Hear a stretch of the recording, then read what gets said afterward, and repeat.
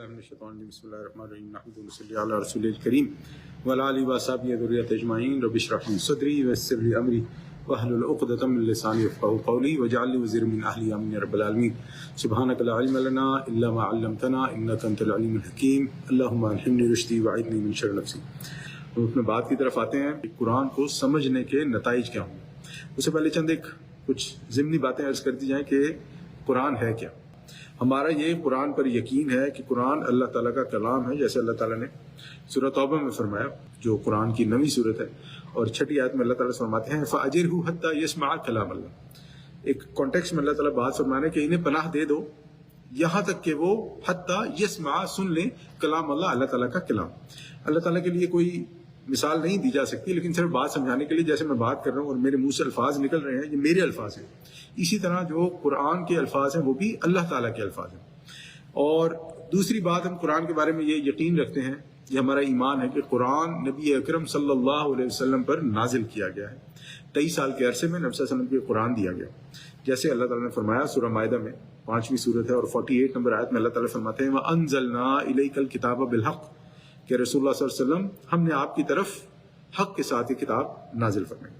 اسی طرح ہم لوگ قرآن کے بارے میں یہ عقیدہ بھی رکھتے ہیں، ہمارا ایمان ہے کہ قرآن کل کا کل پروٹیکٹڈ ہے، وہ بالکل محفوظ ہے، اس میں کسی قسم کی تبدیلی نہیں کی گئی، اللہ تعالیٰ نے اس کو تحفظ دے رکھا ہے۔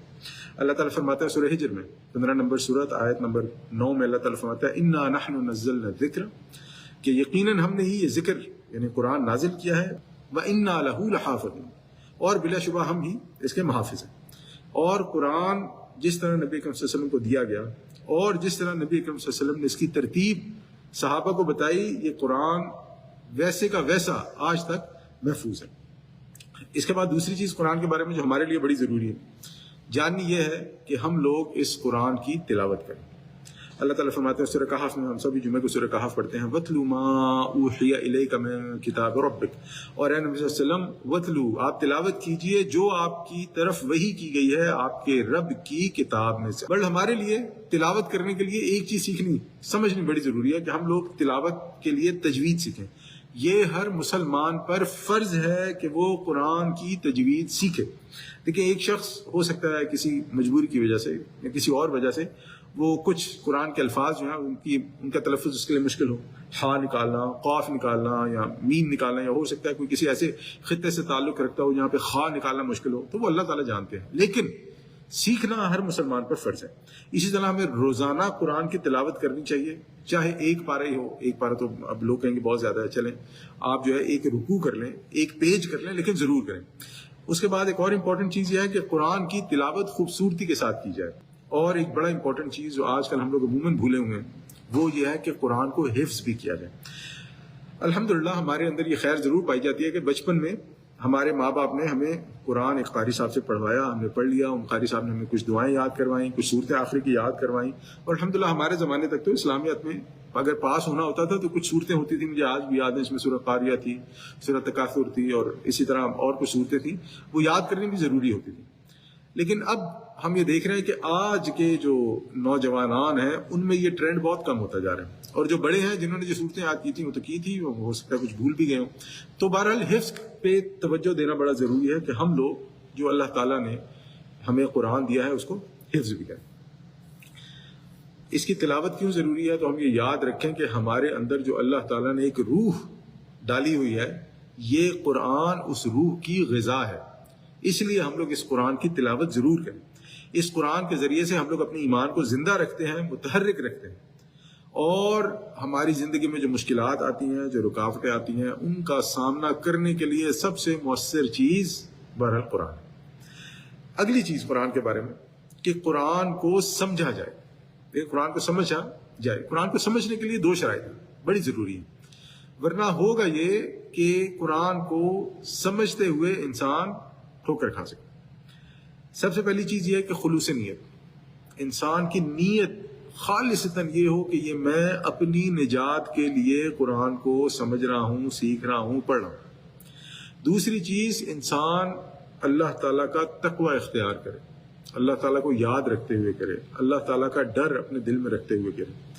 ڈر کی میں کئی بار وضاحت کر چکا ہوں کہ ڈر سے مراد یہ نہیں کہ نعوذ باللہ اللہ تعالیٰ کوئی سیڈسٹ پرسنالٹی ہے، کہ اللہ تعالیٰ کو کوئی جو ہے نعوذ باللہ مزہ آتا ہے لوگوں کو تکلیف دینے میں، نہیں، ڈر سے مراد یہ ہے کہ اللہ تعالیٰ مجھ سے ناراض نہ ہو جائے۔ بہرحال تو جو لوگ قرآن کو سمجھنے کی کوشش نہیں کرتے، اللہ تعالیٰ سورہ محمد میں ان کے لیے فرماتے ہیں افلا یتدبرون القرآن، کیا یہ لوگ قرآن پر تدبر نہیں کرتے، غور و فکر نہیں کرتے، ام علی قلوب اقفالها، یا ان کے دلوں پر قفل پڑے ہوئے، تالے لگے ہوئے ہیں۔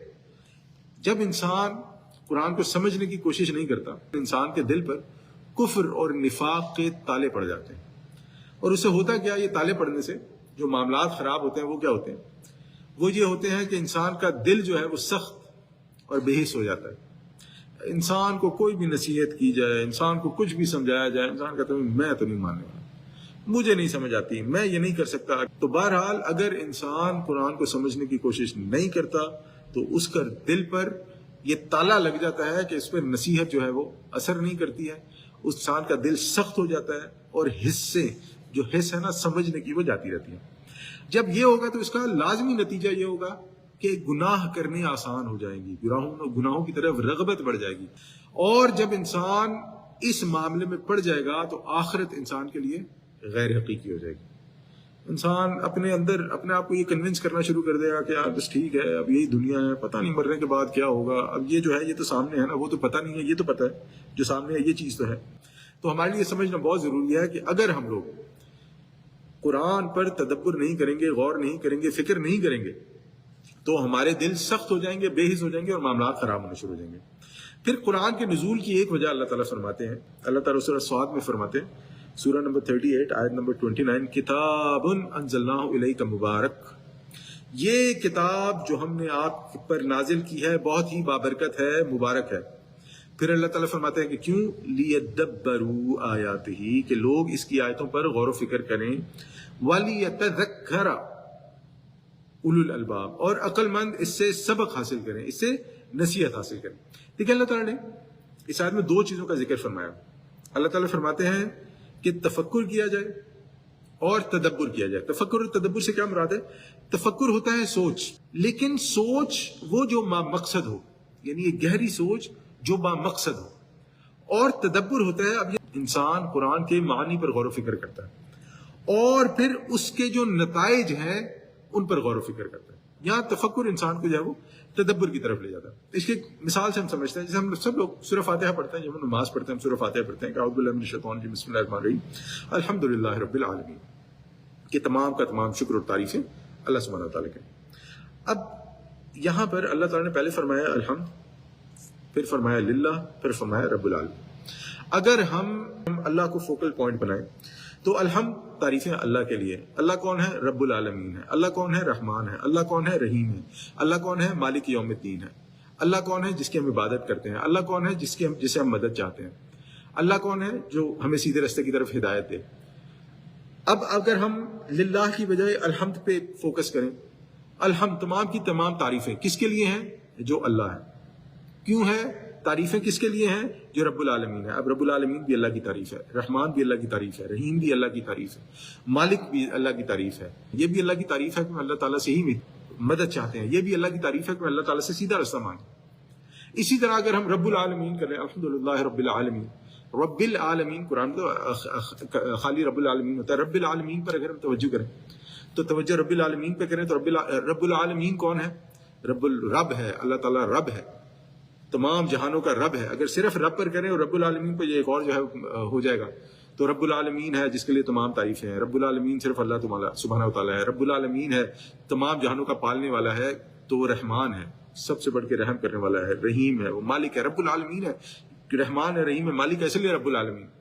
تو یہ میں نے ایک آپ کے سامنے ہلکا پھلکا سا بیان کیا کہ جب انسان تفکر تدبر ان آیات پہ کرنا شروع کرتا ہے تو کس طرح قرآن اپنا آپ کھولنا شروع کرتا ہے انسان کی طرف۔ اب جب انسان یہ کام کرے گا تو اس کے کچھ نتائج برآمد ہوں گے۔ دیکھیں نتیجے تو بہت سارے ہیں، ہم بہت سارے نتیجوں پہ بات نہیں کریں گے، ہم چند ایک جو امپورٹنٹ آپ یہ سمجھیں کہ مجھے لگتا ہے کہ وہ چیزیں جو انسان کو تبدیل کر سکتی ہیں، جو فائدہ دے سکتی ہیں، بہت ساری جو ہیں ان میں سے جو چند ایک ہیں اس کا ذکر کریں گے انشاءاللہ۔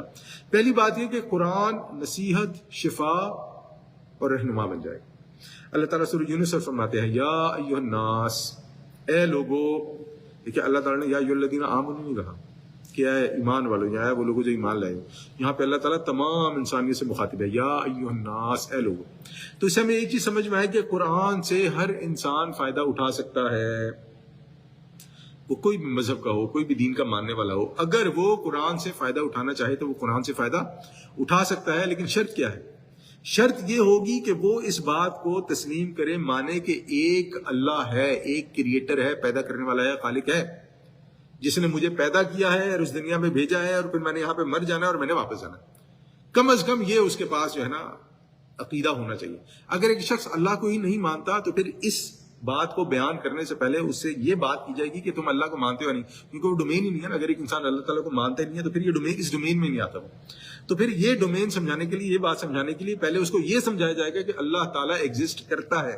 اللہ تعالیٰ کوئی ایسے خیالی پلاؤ نہیں ہے، نعوذ باللہ. اللہ تعالیٰ کی ایسی خیالی باتیں نہیں ہے. اللہ تعالیٰ ایک بینگ ہے، اللہ تعالیٰ ایک ہستی ہے، اللہ تعالیٰ کی ایگزسٹنس ہے، اللہ تعالیٰ موجود ہے. یعنی کہ ایگزسٹنس سے مراد موجود. تو بہرحال اللہ تعالیٰ فرماتے ہیں یا ایھا الناس، اے لوگوں، قد جاءتکم موعظۃ من ربکم، آ گئی ہے تمہارے پاس نصیحت تمہارے رب کی طرف سے. پھر آیت کنٹینیو ہوتی ہے، اللہ تعالیٰ فرماتے ہیں وشفاء، اور شفا، لما فی الصدور، جو تمہارے سینوں میں، یعنی شفا ہے اس کے لیے جو تمہارے سینوں میں ہے. پھر آگے اللہ تعالیٰ فرماتے ہیں وہدن، اور ہدایت، ورحمہ، اور رحمت، للمؤمنین، اہل ایمان کے لیے، خاص طور پر اہل ایمان کے لیے، جنرلی سب کے لیے اور خاص طور پر اہل ایمان کے لیے. جب اللہ تعالیٰ فرماتے ہیں کہ اے انسانوں آ گئی ہے تمہارے پاس موعظہ، نصیحت، تو یہ وہ نصیحت ہے جو انسان کو اس دنیا کی مصروفیات سے اللہ تعالیٰ کی طرف متوجہ کرتی ہے. انسان کو بتاتی ہے کہ وہ اللہ کے بندو دنیا میں بہت زیادہ مصروف ہو گئے ہو، ٹیک اے بریک، رک جاؤ، یاد کرو کہ تمہارا اس دنیا میں آنے کا مقصد صرف مصروف رہنا نہیں ہے، اپنے رب کی طرف پلٹو جہاں تم نے واپس جانا ہے. اب جب انسان کو یہ بات سمجھ آنی شروع ہو جائے نا تو انسان کے دل میں نرمی پیدا ہونی شروع ہو جائے. جب انسان کو یہ بات سمجھ آنی شروع ہو جائے تو انسان کا دل آخرت کے ساتھ لگنا شروع ہو جاتا ہے. انسان کو یہ سمجھ آنی شروع ہو جاتی ہے کہ بھئی میں اس دنیا میں اپنے آپ کو جتنا زیادہ کھپا لوں، جتنا زیادہ لگا لوں، جو بھی کر لوں، پلٹ کے جانا ہے مجھے، ہمیشہ کے لیے نہیں ہوں میں. پھر اللہ تعالیٰ فرماتے ہیں شفاء لما فی الصدور، سینوں کے امراض اور روگ کے لیے شفا ہے، یعنی سینوں میں امراض اور روگ. اب یہ بڑی خوبصورت بات ہے، اللہ تعالیٰ نے بڑے خوبصورت ٹچ دیا. دیکھیں جب انسان کے دل میں دنیا گھر کر جاتی ہے نا تو پھر انسان، فطری بات ہے، اپنا موازنہ دوسروں سے شروع کر دیتا ہے کہ بھی میرے پاس ایک گھر ہے، اس کے پاس 2 گھر ہیں، یا میرے پاس ایک گاڑی ہے، اس کے پاس 3 گاڑیاں ہیں، یا میرے پاس 6 گاڑیاں ہیں، اس کے پاس 1 گاڑی ہے. اب جب یہ چیزیں انسان کے پاس آ جاتی ہیں نا، کوئی بھی موازنہ ہو سکتا ہے، بچوں کا ہو سکتا ہے، فیملی کا ہو سکتا ہے، پڑھنے لکھنے کا ہو سکتا ہے، پیسوں کا ہو سکتا ہے، ہر قسم کا ہو سکتا ہے. تو اب اس کا فطری نتیجہ کیا نکلتا ہے اگر انسان کے دل میں اللہ تعالیٰ کا تقویٰ نہ ہو؟ حسد. سب سے پہلی چیز شیطان دل میں ڈالتا ہے حسد. یہ بندہ، پھر وہ بندہ کہتا ہے کہ میرے پاس ہونا ہو، اس کے پاس نہیں ہونا چاہیے. انسان کے دل میں بغض، خود غرضی، لالچ، یعنی یہ وہ بیماریاں ہیں جو انسان کو اوپر سے نظر نہیں آتی. یہ روحانی بیماریاں ہیں جو سینوں میں پلتی ہیں. تو اللہ تعالیٰ فرما رہے ہیں کہ شفاء لما فی الصدور، جو سینوں کے امراض اور روگ ہیں، قرآن اس کے لیے شفا کا کام کرے. آگے اللہ تعالیٰ فرماتے ہیں قرآن کے بارے میں ہدن، یہ قرآن ہدایت ہے. دیکھیں ہدایت تو انسان کو ہر معاملے میں، ہر پہلو میں چاہیے. تو ہم یہ سمجھ لیں کہ اگر انسان قرآن پر غور کرتا ہے، قرآن کو سمجھتا ہے، قرآن پر عمل کرنے کی کوشش کرتا ہے، تو انسان کو یہ سمجھ آتی ہے کہ اس قرآن میں انسان کی زندگی کے ہر پہلو کے لیے رہنمائی ہے. اللہ تعالیٰ نے یہ قرآن جب نبی اکرم صلی اللہ علیہ وسلم کو دیا ہے تو ایسی کوئی ہوائی باتیں نہیں ہیں اس میں. نبی اکرم صلی اللہ علیہ وسلم نے اس قرآن کے ذریعے سے ہمیں زندگی کے ہر پہلو میں رہنمائی عطا فرمائی. دیکھیں رہنمائی کے لیے نا انسان اپنی زندگی کے 2 شعبے کر لے، بات سمجھنے کے لیے آسان ہو جائے گی. ایک ہے میری پرسنل زندگی، میں کیا مانوں کیا نہ مانوں، مجھے کوئی زبردستی نہیں بنوا سکتا. میرے زبان سے نکلوا سکتا ہے، مجھے چپ کروا سکتا ہے، لیکن کنونس نہیں کر سکتا. کنونسنگ میرے اندر سے آئے گی کہ میں نے کیا ماننا ہے، میرا عقیدہ کیا ہونا چاہیے، میرا ایمان کیا ہونا چاہیے. کوئی مجھ سے زبردستی نہیں بنوا سکتا. یہ میرے اندر سے آئے. میں نے عبادت کیسے کرنی ہے، ہم نماز کی مثال لیتے ہیں. میں نے نماز سینے پہ ہاتھ رکھ کے پڑھنی ہے، میں نے نماز ہاتھ چھوڑ کے پڑھنی ہے، میں نے نماز اپنے ناف پہ ہاتھ باندھ کے کیسے پڑھنی ہے، یہ بھی مجھے کوئی زبردستی نہیں بتا سکتا. یہ بھی اندر سے کنونسنگ ہوگی. آپ مجھے دلائل دے سکتے ہیں آپ مجھے بتا سکتے ہیں لیکن آپ مجھے زبردستی پڑھوا نہیں سکتے. ہاں کوئی یہاں پہ گن رکھتے کہ پڑھو تو کوئی علیحدہ بات ہے, لیکن پڑھوں گا میں تبھی جب میں کنونس ہوں گا جو کہ مجھے پڑھنا چاہیے. ایک انسان کی تیسری زندگی میں جو میری پرسنل زندگی میں وہ ہے رسومات. اگر میرے گھر بیٹا پیدا ہوا یا بیٹی پیدا ہوئی میں نے کیا کرنا ہے, اگر خدا نخواستہ کوئی فوت کی ہوگی تو میں نے کیا کرنا ہے. ہم دیکھتے ہیں نا فوت کی پر بھی مختلف ہوتے ہیں, کل ہے, چہلم ہے اور اس قسم کی چیزیں مجھے کرنا چاہیے یا نہیں کرنا چاہیے. یہ بھی وہ چیزیں ہیں جو اگر مجھے سمجھ آئیں گی تو میں کروں گا, اگر مجھے سمجھ نہیں آئیں گی تو میں نہیں کروں گا, یا جو بھی اس کا ہوگا. یہ ہو گئے میرے ذاتی معاملات. یہ پوری دنیا میں آپ کہیں بھی چلے جائیں آپ کو کوئی سے منع نہیں کرتا. میں مسجد میں جاؤں, میں مندر میں جاؤں, میں سینیگوگ میں جاؤں, میں گردوارے میں جاؤں, مجھے کوئی منع نہیں کرے گا. میرا جہاں دل کرتا میں جاؤں, میں عبادت کروں, ساری دنیا میرے لیے ہوتی, مجھے کوئی منع کرنے والا نہیں. میں اپنی عبادت کیسے کروں کوئی منع نہ کرے. میں اپنے گھر میں اپنے بچوں کے ساتھ جو دینی رسومات ہیں وہ کیسے کرتا ہوں, عید کیسے مناتا ہوں, روزے کیسے رکھتا ہوں, مجھے کوئی منع نہیں کرنا. یہ تو ہو گیا ذاتی پہلو. اب ہم آتے ہیں اس پہلو کی طرف جو ہمارا معاشرتی پہلو ہے, سوشل پہلو. اس میں کیا ہے؟ اس میں یہ ہے کہ میرا ایک رول ہے اس دنیا میں. میں ایک انسان کی حیثیت سے ایک بیٹا بھی ہوں, ایک باپ بھی ہوں, ایک بھائی بھی ہوں, ایک نیبر بھی ہوں, ایک پڑوسی بھی ہوں, ایک ہو سکتا ہے بزنس مین ہوں, ہو سکتا ہے کسی کے لیے کام کر رہا ہوں. یہ سارے رول ہیں میری زندگی میں. قرآن یہ ہے وہ میری پریکٹیکل لائف. قرآن جس کے لیے مجھے ہدایت دیتا ہے کہ اگر میں نے معاشرے میں رہنا ہے تو کیسے رہنا ہے, میں نے کپڑے پہننے ہیں تو کیسے کپڑے پہننے ہیں. کیونکہ اب تو یہ بڑا چکر ہے نا, کپڑے پہننے میں کہ نہیں پہننے, نعوذ باللہ. کپڑے پہننے ہیں تو کیسے پہننے ہیں. جب ہم نے ایک معاشرے کے طور پہ رہنا ہے تو اس میں صحیح اور غلط کیا ہے, کہ اگر ایک بندہ دوسروں کے ساتھ ٹھگیاں فراڈیاں لگا رہا ہے اور اس کو صحیح سمجھتا ہے, دوسرا بندہ جو ہے وہ اس سے بھی کوئی برا کام کر رہا ہے اس کو صحیح سمجھتا ہے. اللہ تعالیٰ نے سود حرام کیا تو کیا مجھے سود میں ڈیل کرنا چاہیے؟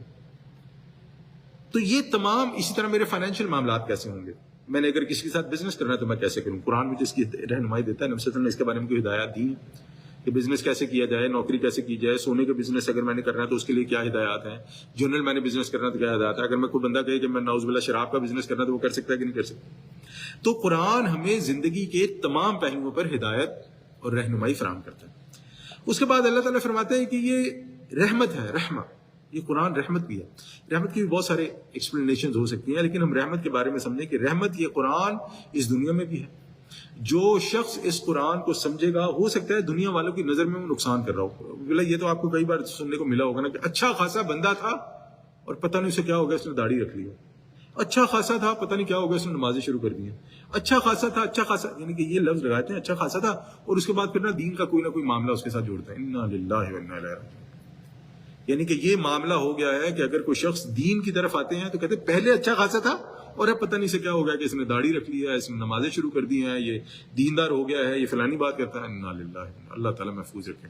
تو اللہ کے بندو, ہو سکتا ہے دکھنے میں وہ جسے لوگ سمجھتے تھے اچھا خاصا تھا, ہو سکتا ہے وہ پہلے اچھا خاصا نہ ہو, لیکن یہ اللہ کی رحمت اس پر نازل ہوئی ہے قرآن کے سمجھنے کی وجہ سے کہ وہ اللہ تعالیٰ کی طرف بڑھنا شروع ہو گیا ہے, اللہ تعالیٰ کے نزدیک ہونا شروع ہو گیا ہے, اور اس نزدیکی کی وجہ سے اس میں تبدیلیاں آنی شروع ہو گئی. تو یہ رحمت ہے دنیا میں بھی, اور پھر آخرت میں تو جو ہوگا سو ہوگا. یعنی آخرت کے بارے میں جہاں پہ ہمیں رحمت کی سب سے زیادہ ضرورت ہے, جہاں پر ہمارے اعمال بالکل بند ہو چکے ہوں گے, جہاں پر صرف ہم ہوں گے اور ہمارے اعمال ہوں گے اور اللہ سبحانہ و تعالیٰ ہوگا, تو وہاں پر جتنی رحمت کی ہمیں ضرورت ہے اور کہیں پر نہیں ہوگی. تو اللہ تعالیٰ فرماتے ہیں کہ یہ رحمت ہے دنیا میں بھی اور آخرت میں بھی, ان دی بریکٹس. دوسرا جو نتیجہ نکلے گا قرآن کو سمجھنے کا کہ اللہ سبحانہ و تعالیٰ اس قرآن کو سمجھنا آسان فرما دیں گے. جب انسان کوشش کرے گا تو اللہ تعالیٰ اس قرآن کو اس کی سمجھ کے مطابق آسان فرما دیں گے.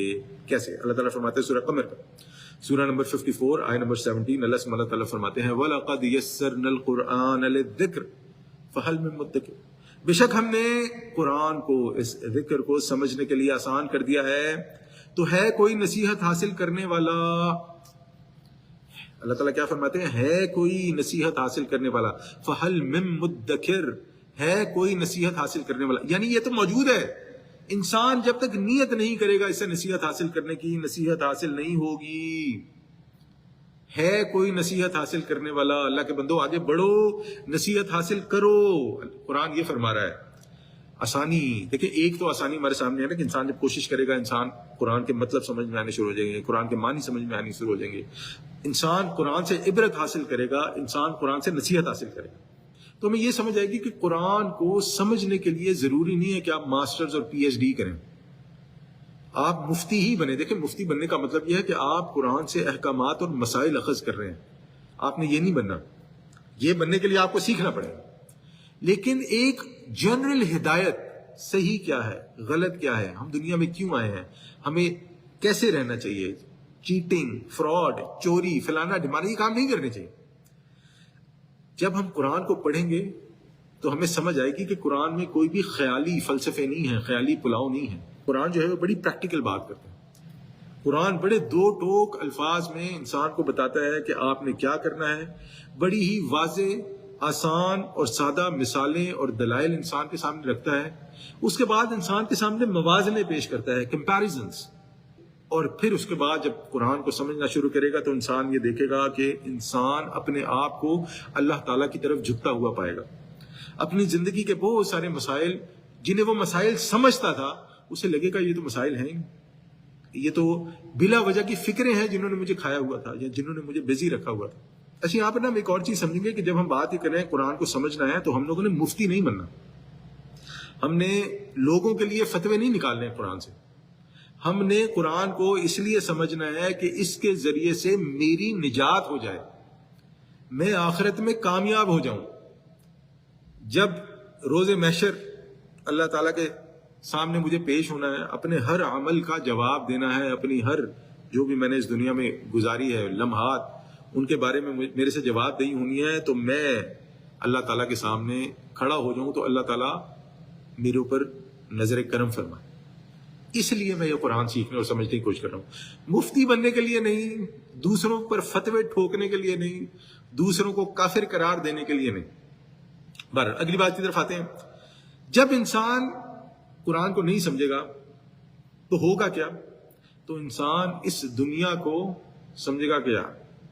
ایوری ڈے از سنڈے، موجہ مارو جسے پنجابی میں کہتے ہیں. بس تفریح، مزے اور جو دل کرتا ہے کرو. اللہ تعالیٰ فرماتے ہیں سورہ المؤمنون میں آیہ نمبر 115 سورہ مومنون 23، اللہ تعالیٰ فرماتے ہیں افحسبتم، کیا تم نے یہ سمجھ رکھا ہے، افحسبتم، کیا یہ گمان کرتے ہو، انما خلقناکم عبثا، کہ ہم نے تمہیں یوں ہی بیکار پیدا کر دیا.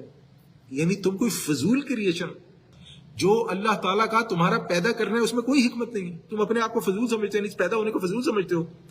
اور اس فضول سمجھنے سے اگلی چیز کیا آتی ہے، وَأَنَّكُمْ إِلَيْنَا لَا تُرْجَعُونَ، اور تم یہ سمجھتے ہو کہ تم ہماری طرف لوٹائے ہی نہیں جاؤ گے. اللہ اکبر.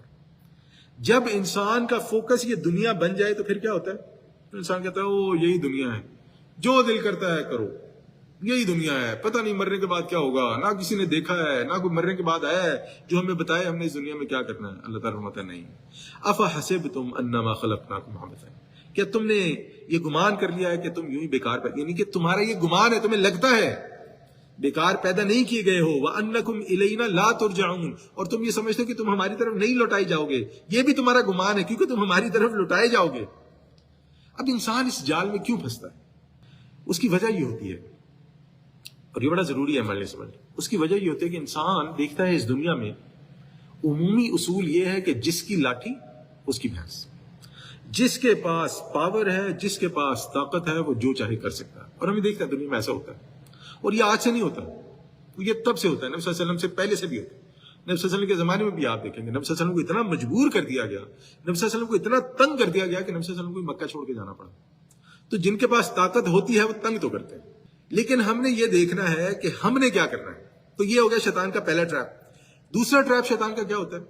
دوسرا ٹریپ شیطان کا یہ ہوتا ہے، دیکھو تم اتنی عبادتیں کرتے ہو، اتنے نیک ہو، اتنے پارسا بنتے ہو، یہ بھی کرتے ہو، روزے بھی رکھتے ہو، نمازیں بھی پڑھتے ہو، صدقات بھی کرتے ہو، عمرے بھی تم نے کر لی ہے، حج پہ بھی تم جانا چاہ رہے ہو، یہ ساری نیکیاں کرنے سے کیا ملا تم؟ بولتے ہیں، ہوتا ہے، سنتے ہیں. یہ ایک اور ٹریپ ہے کہ انسان کو شیطان اس جال میں پھنساتا ہے، وہ کرتے رہو، اپنا ہی وقت ضائع کر رہے ہو، اتنے پیسے کر کے حج کرنے جاؤ گے، اتنے پیسے کرنے ہو لگا کے عمرہ کرنے جاؤ گے، نکلے گا کیا اس میں سے؟ تو اب جب ایک انسان اس جال میں پھنس جاتا ہے نا، پھر وہ دلائل ڈھونڈنے شروع کرتا ہے اپنے آپ کو یہ قائل کرنے کے لیے کہ یار کہیں ایسا تو نہیں کہ واقعی اس دنیا کے بعد کوئی زندگی نہیں ہے، کہیں واقعی ایسا تو نہیں کہ یہ اکیلی زندگی ہے اور اس کے بعد کوئی زندگی نہیں. اب میں یہاں آ تو گیا ہوں، اب وہ دیکھو میرا فلانا جو ہے کزن یا میرا فلانا دوست یا میرا فلانا XYZ رشتہ دار، اس نے تو بہنوں کا حق بھی کھا لیا، اس کا کچھ نہیں گیا. اس نے تو جو ہے وہ بھائی کا حق بھی کھا لیا, اس کا کچھ نہیں گیا. وہ تو جو ہے چیٹنگ فراڈ کرتا ہے, دھوکے بھی کرتا ہے اپنے بزنس میں, اس کا کچھ نہیں جاتا. وہ دیکھو وہ سرکاری ملازم ہے, اس نے تو رشوتیں لے کے وہ بینک بیلنس بھر دیا, اس کا کچھ نہیں گیا. تو میں اکیلے رہ گیا ہوں جو پارسا بن جاؤں, میں اکیلے رہ گیا ہوں جو سارے کام کروں. نہیں, اس ٹریپ میں نہیں پھنسنا. یہی اللہ تعالیٰ فرما رہے ہیں اس آیت میں جو میں نے آپ کے سامنے پڑھی ہے کہ آپ یہ مت سمجھو کہ آپ بیکار پیدا کیے گا, کیونکہ جب آپ نے یہ سمجھا تو آخرت کا تصور ختم. اسی لیے اللہ تعالیٰ نے فرمایا کہ پھر جب انسان یہ سمجھتا ہے بیکار پیدا کیا گیا ہے تو وہ یہ بھی سمجھتا ہے کہ اب تو ہم نے واپس تو جانا نہیں. جب بیکار پیدا ہونے کا مقصد ہی نہیں, تو مرنے کے بعد کہاں جانا ہے. تو ہم لوگوں کو اس ٹریپ سے نکلنا ہے, ورنہ انسان اس جال میں پھنس جاتا ہے کہ جو دل کرتا ہے کرو, پوچھنے والا کوئی نہیں ہے, ہر چیز آپ کے لیے جائز ہو چکی ہے.